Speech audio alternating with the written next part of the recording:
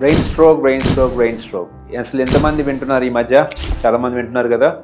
So అసలు ఏంటి కారణాలు? ఒకటి, బీపీ. సరిగా ట్యాబ్లెట్లు వేసుకుంటున్నారా? అసలు గుర్తుపెట్టుకోండి, ఈ ట్యాబ్లెట్స్ కనుక ఆన్ టైం వేసుకోకపోతే కూడా issue. Hyper tension. Next hypotension అంటే లో బీపీ. దీనివల్ల కూడా మనకి హార్ట్ స్ట్రోక్స్ వచ్చే ఛాన్సెస్ ఎక్కువ ఉన్నాయి. అన్ని విషయాలు మీకు తెలిసినవే, బట్ మీరు ఎవరైనా ఫాలో అవుతున్నారా? ఫాలో అవ్వట్లేదు. ఎందుకు అంటే వచ్చే పేషెంట్స్లో చాలామంది చెప్తున్నారు, బట్ ఆన్ టైం ట్యాబ్లెట్స్ వేసుకోకపోతే ఒక మేజర్ స్ట్రోక్ ఎక్కడ వస్తుందో తెలుసా? Brain stem. ఆ బ్రెయిన్ స్టెమ్ మెయిన్గా పాయింట్స్ అంటే అలాంటి స్మాల్ పార్ట్స్లో కనుక వచ్చింది అంటే ఖచ్చితంగా మీరు మనిషి it's a living dead body అని అనవచ్చు. It's a living dead body. ఎందుకనంటే ఆ పాట ఎందుకంటున్నాను తెలుసా? లాక్డ్ ఇన్ సిండ్రోమ్ అంటాం దాన్ని. లాక్డ్ ఇన్ సిండ్రోమ్ అంటే మొత్తం తాళం వేసేసినట్టే మీ బాడీ.